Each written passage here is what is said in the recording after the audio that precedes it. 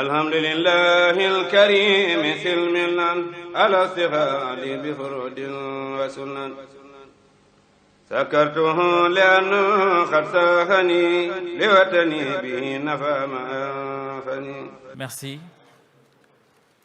Mesdames et messieurs, je voudrais d'abord me présenter parce que c'est vrai que toute l'assistance peut ignorer qui prend la parole pour s'adresser à elle. Je suis le professeur Massamba Diouf. Je suis épidémiologiste et agrégé en santé publique, enseignant-chercheur à la faculté de médecine, de pharmacie et de stomatologie à l'université Cheikh Anta Diop de Dakar. Voilà, à la suite de mon maître, le professeur Lamine Gueye, coordonnateur de l'unité d'alerte et de prévention épidémiologique, je voudrais saluer toute l'assistance présente, les membres du comité d'organisation, monsieur le coordonnateur général, le secrétaire général, monsieur le président de la commission culture et communication et les autres qui l'accompagnent dans ce travail. Mesdames, messieurs les journalistes, vous dire tout le plaisir que nous avons après 15 jours passés, justement après la célébration du Magal édition 2020. Je disais que ça a été un plaisir parce que, comme mes prédécesseurs l'ont dit, ça a été un moment assez crucial parce que le Sénégal était la risée de tout le monde. On peut dire que tout le monde entier avait en ligne de mire le Sénégal, croyant qu'après la célébration de ce Magal, la propagation de la Covid-19 allait se faire de manière outrancière. Et j'avoue que tous ceux qui pensaient à cela n'avaient pas totalement tort, pour la seule et simple raison qu'en général, des événements qui occasionnent un rassemblement massif pouvaient, ou le plus souvent, étaient sujets à une propagation importante de la maladie à Covid-19. On se rappelle du rassemblement de Mulhouse, on se rappelle également de ce qui s'est passé dans certains stades de football, où après ces événements, la maladie s'est propagée de manière très importante. Alors pour en revenir un peu au plan d'action que nous avons élaboré et mis en œuvre avant, pendant et après le Magal, parce que la période est encadrée, J1, le jour J et J2, et là ça nous a permis justement d'observer un certain nombre de résultats assez intéressants. Le plan d'action était articulé essentiellement autour de 7 axes stratégiques, le professeur Lamine l'avait dit, et le premier axe, le plus important, c'était la réduction, voire l'élimination du risque de transmission de la Covid-19 au niveau des lieux saints. Et lieux saints, entendez les mosquées, entendez les mausolées, etc. Et les stratégies qui ont été déroulées, de concert avec des daïras comme Mokhadimatul Khidma, ces stratégies et ces activités ont payé de la manière la plus efficace possible.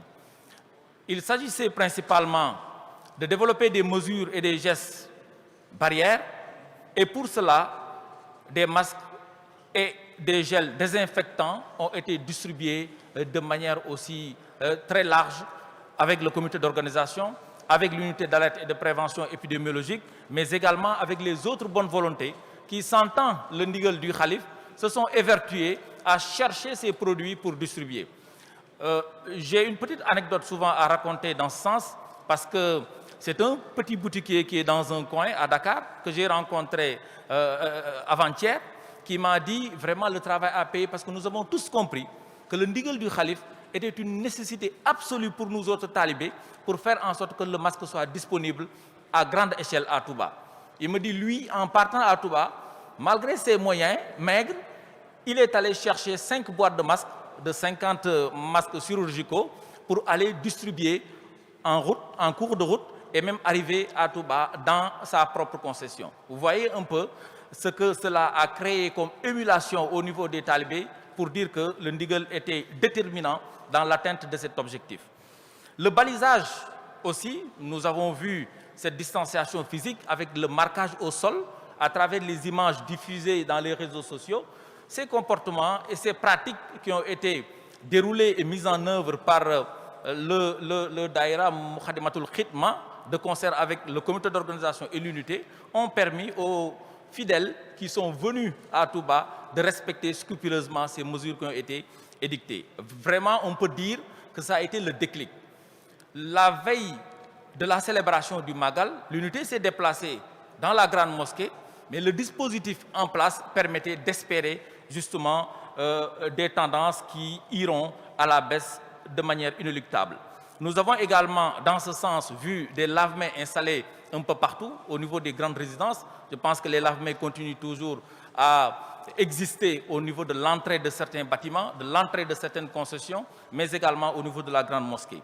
Les cabines ou portiques de désinfection également ont été installés dans la grande mosquée, ce qui a permis d'obtenir des indicateurs quasiment à 100% du niveau d'atteinte et de réalisation.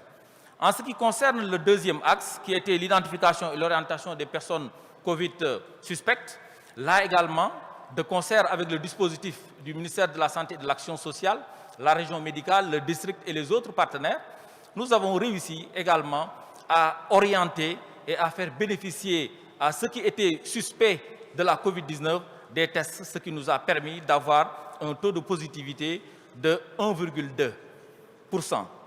Ça veut dire que durant toute la période du Magal, avant le jour J et le deuxième jour, nous n'avons enregistré que 2 cas de Covid-19. L'existence de kits, d'équipements de protection individuelle, mais aussi de médicaments et produits médicaux était totalement disponible. Les indicateurs ont également affiché un niveau d'atteinte de 100%. Par rapport à la rupture des barrières de résistance face au bon comportement, là également, nous saluons à sa juste valeur les efforts multiples consentis par le comité d'organisation, consentis également par les autres partenaires qui nous ont accompagnés dans ce sens. Nous avons vu beaucoup d'émissions télévisuelles, radiophoniques, organisées par le comité d'organisation du Grand Magal de Touba. Et ces émissions ont participé de manière drastique au changement de comportement, mais aussi au changement pour le développement. N'oublions pas que le Magal a un impact réel sur le plan économique. Ces changements de comportement-là vont induire un changement qui va nous permettre d'espérer un développement meilleur. En ce qui concerne l'engagement communautaire, c'est le lieu aussi de souligner l'apport de certains partenaires, comme le REVOCAP, qui est un réseau de volontaires en appui au personnel médical. Ce réseau-là a également contribué de manière significative par rapport à l'engagement communautaire pour rompre les barrières de résistance. Par rapport à la continuité des soins, l'unité, avec son dispositif, est venue appuyer davantage la région médicale et le district. Nous l'avons déjà dit, en termes de personnel spécialisé, en termes de personnel paramédical et de personnel médical, l'unité a accompagné pour aider à réaliser la mise en place de postes médicaux avancés, la mise en place de points de prestation sanitaires pour arriver à satisfaire les besoins exprimés par les populations de Touba, mais également les autres fidèles qui sont venus célébrer avec nous le Grand Magal de Touba. Et de ces consultations ressortent un nombre assez important de patients pris en charge. Et le professeur Lamine l'a rappelé tout à l'heure, les pathologies les plus fréquemment rencontrées, c'était quasiment pour la plupart des asthénies, c'est-à-dire une fatigue quelquefois généralisée, mais également quelques rares atteintes digestives. Ce qui veut dire que, quelque part, si nous venons pour célébrer le Magal, nous considérons également que ça peut être une bonne occasion pour bénéficier des soins de qualité, pour bénéficier également de prestations en santé pour une préservation de ce capital important pour le développement. En ce qui concerne également l'assistance des populations vivant dans les quartiers périphériques, c'est un autre axe stratégique. Là également, des points de prestation ont été installés à ce niveau. Des kits de gel hydroalcoolique, de masques, etc. ont été distribués pour un nombre quasiment de 10 000 kits au niveau de ces quartiers périphériques. Également, nous avons remarqué la présence des équipes de Croix-Rouge qui ont collaboré avec l'unité d'alerte et de prévention, les Badianougor, etc., pour investir les quartiers de Touba en vue de diffuser la bonne information en rapport avec la santé. La protection des chefs religieux également, c'est un point assez important et c'est le lieu encore de magnifier la compréhension spectaculaire que nos leaders religieux ont par rapport à cette maladie-là et aux maladies en général, parce que ces leaders se sont rapidement appropriés les bons comportements, les bons gestes en rapport avec la maladie, le port de masque, le lavage des mains, etc. Ce qui a facilité également cette pédagogie par l'exemple dont on en parlait tout à fait au début. Voilà, grosso modo, les quelques points, les quelques axes stratégiques sur lesquels reposait le plan d'action déroulé par l'unité d'alerte et de prévention épidémiologique.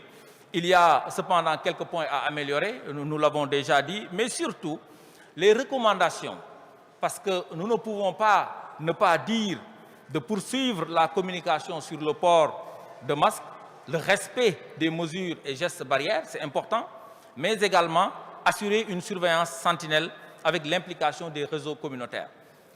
La maladie n'est pas encore définitivement partie. Il nous faut davantage rester vigilants pour enfin l'endiguer de manière définitive au Sénégal et également le monde.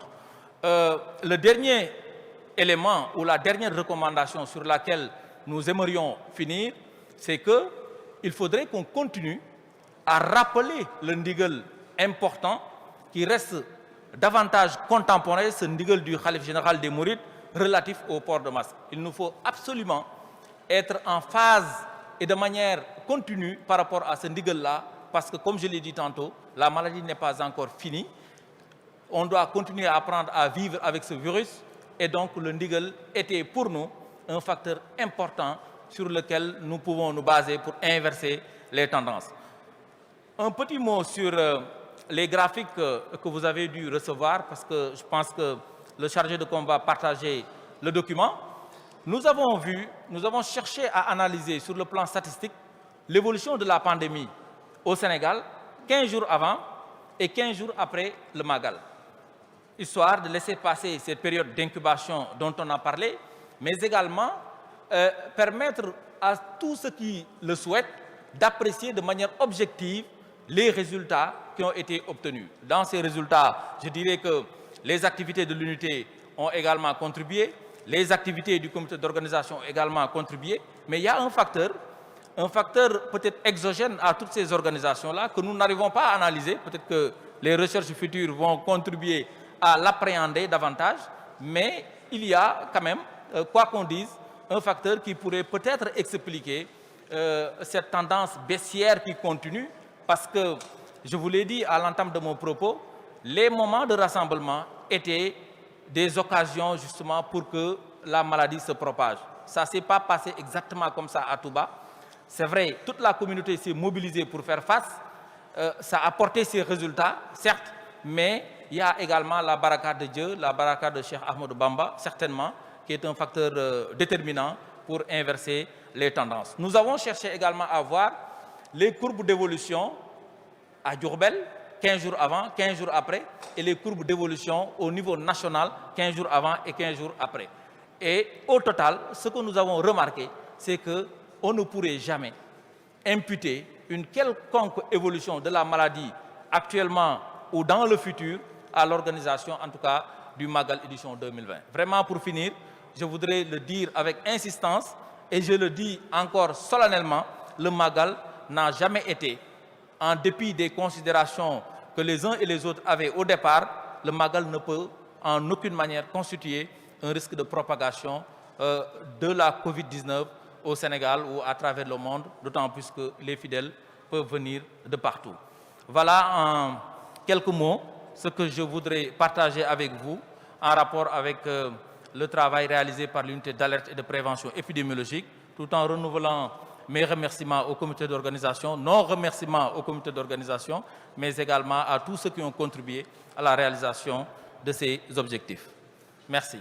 Alhamdulillahi al-karim silmilan ala istighali bi furudin wa sunan sakartuhu li'annahu qad sahani liwatani bihi nafa ma anfani